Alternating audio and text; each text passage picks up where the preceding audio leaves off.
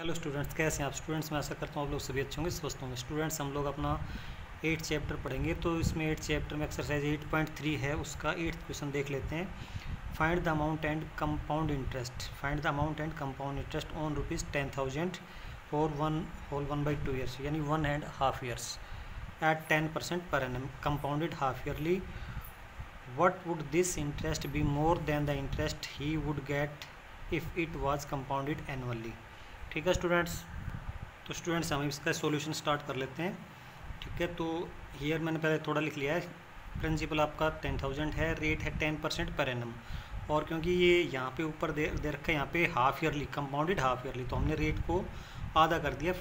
10 था ना, तो उसका आधा कर दिया 5%, हाफ ईयरली हो जाएगा। टाइम आपका दे रखा था 1/2 ईयर्स, तो ये 3/2 ईयर्स हो गया। तो 3/2 को जैसे ही मैं यहाँ से 2 से मल्टीप्लाई करता हूँ तो 3 हाफ ईयर्स आएगा, ये आपका टाइम हो गया। उसके बाद हमें अमाउंट निकालना है, तो अमाउंट के लिए हम लोग क्या करते हैं, अमाउंट का हमें फार्मूला पता ही है, वो तो मैंने पहले वीडियो में बताया था। तो यहाँ पे सीधा लिख देता हूँ, यहाँ पे ये 10,000, ठीक है। 1 + R अभी क्या रहेगा आपका, क्योंकि R जो है वो कंपाउंड, यहाँ पे कंपाउंडेड हाफ ईयरली दे रखा, तो इसको मैं रेट ये हाफ ईयरली वाली लेता हूँ 5 और अपॉन ये 100, और ये टाइम 3 हाफ ईयर से, तो यहाँ पे पावर 3 होगी, ठीक है। तो इसको जब मैं सोल्व करता हूँ तो यहाँ से ये कट गया, ये आपका 20 आ गया। तो यहाँ से मैं करता हूँ, ये 10,000 हो गए आपके मल्टीप्लाई, यहाँ पे 1 को 20 से गुणा कर 20 और 1 21, तो ये 21 और बटे 20, और यहाँ इसकी पावर कितनी है, 3 है। तो अमाउंट आपका कितना आ जाएगा, यहाँ पे मैं लिख देता हूँ ये 10,000 और मल्टीप्लाई 21/20, फिर 21/20, फिर 21/20, तो यहाँ से 102030, तो 102030 कट गए। अब इसमें हम क्या कर सकते हैं, यहाँ से 21 को मल्टीप्लाई करते हैं तो 21 का क्यूब आता है वो 9261 आता है, मुझे याद है, तो मैंने लिख दिया है। और इसको 10 से मल्टीप्लाई करेंगे तो 1 0 और लग जाएगा इसमें, ठीक है। और यहाँ पे 2 2 4, 4 2 8, तो 8 नीचे आ गए। तो यहाँ पे ये अमाउंट आपका हो गया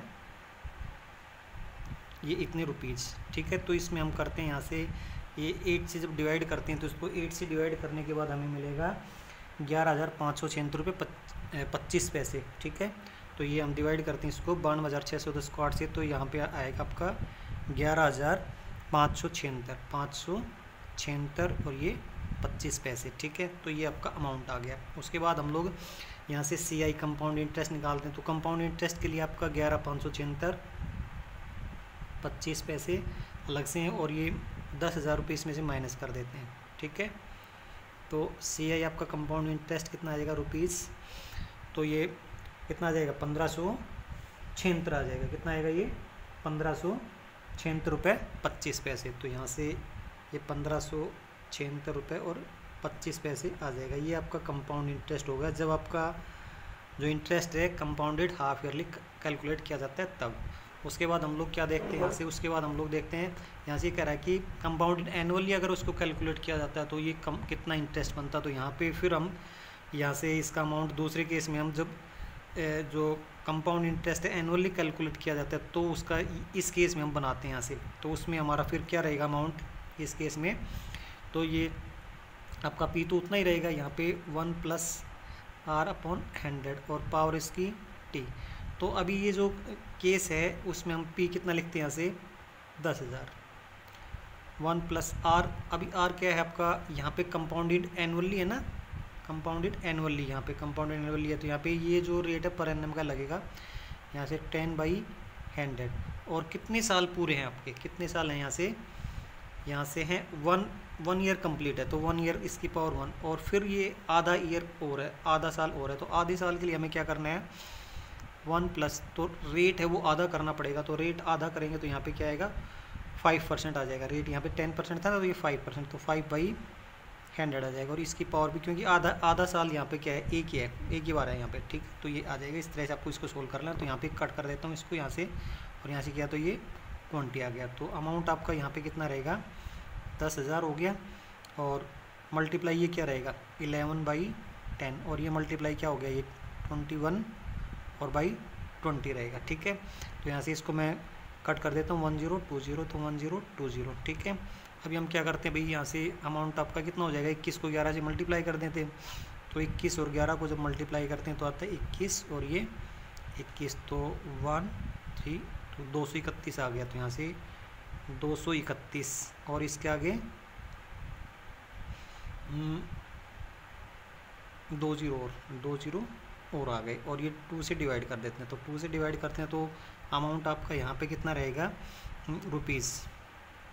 ठीक है, तो 2 से डिवाइड, तो 2 1 जा 2, फिर 2 1 जा 2 5 जा, ठीक है, और ये आ गए। ठीक है स्टूडेंट्स, इसको एक बार देखते हैं, एक बार दोबारा से कुछ गड़बड़ लग रहा है। 2 1 जा 2 हो गया, फिर 2 1 जा 2 2 5 जा और एक 10 और बचेगा, तो यहाँ पे 5 जा और आएगा।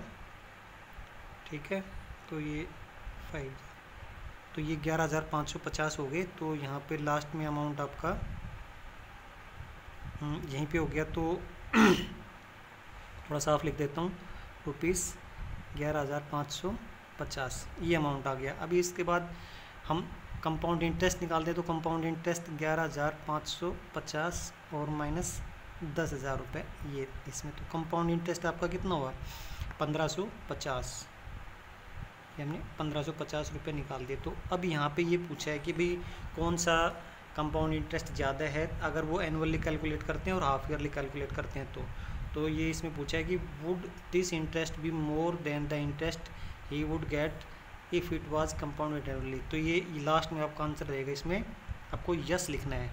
ठीक है, कि जो आप हाफ ईयरली इंटरेस्ट कैलकुलेट करते हैं सेम थिंग्स पे और एक ईयरली कंपाउंडेड एनुअली कैलकुलेट करते हैं, तो हमेशा जो हाफ ईयरली वाला इंटरेस्ट है वो ज़्यादा आता है। तो ये चीज़ इसमें बिल्कुल सही है, तो आप लोग इसको देख लेंगे।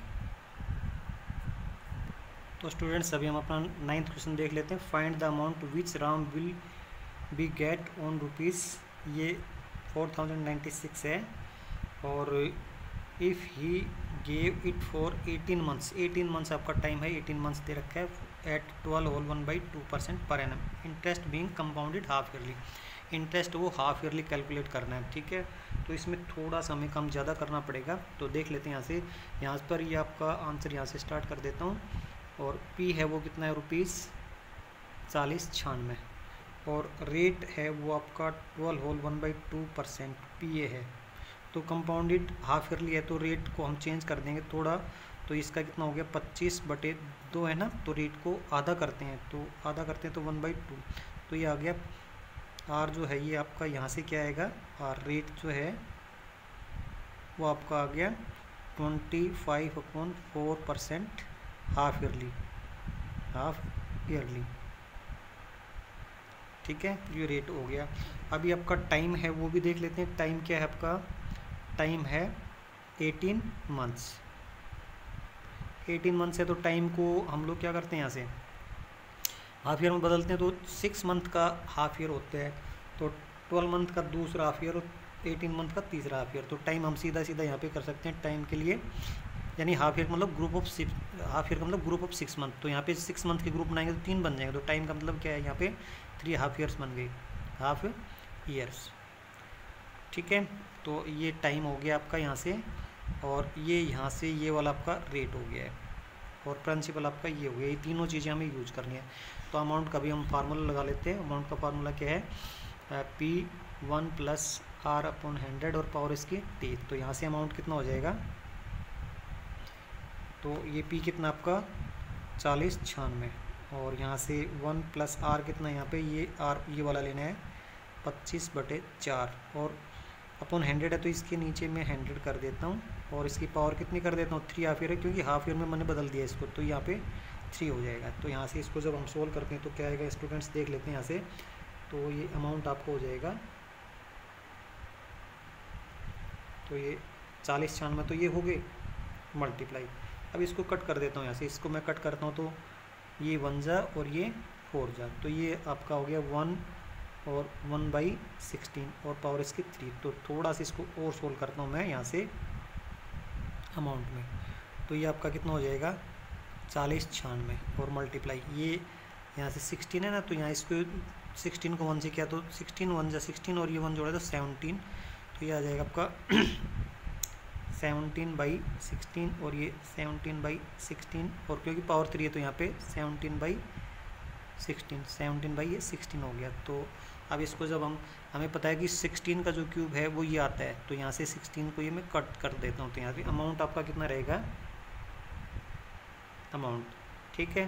तो 17 मल्टीप्लाई 17, तो यहाँ पे अमाउंट जो है वो इसको मल्टीप्लाई करते हैं हम लोग, 17 का क्यूब करते हैं, तो रुपीज़ कितना आ जाएगा, ये 17 का जो क्यूब करते हैं तो हमारे पास ये आ जाएगा 4913, तो ये आएगा 4913, ठीक है। तो ये आपका इस तरह से ये हो जाएगा।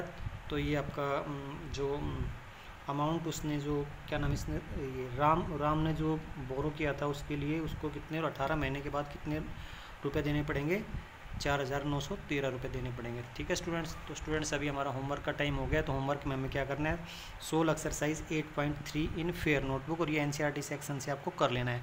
स्टूडेंट्स एक चीज़ का हमें और ध्यान रखना है कि हमारी यूटी है 25 जुलाई के बाद कभी भी हो सकते हैं, तो आपको फर्स्ट और सेकंड चैप्टर के जो एमसीक्यू हैं वो बहुत ही अच्छी तरह से उनको सोल्व कर लेना है और अच्छी तरह से उनको समझना है। Thank you students.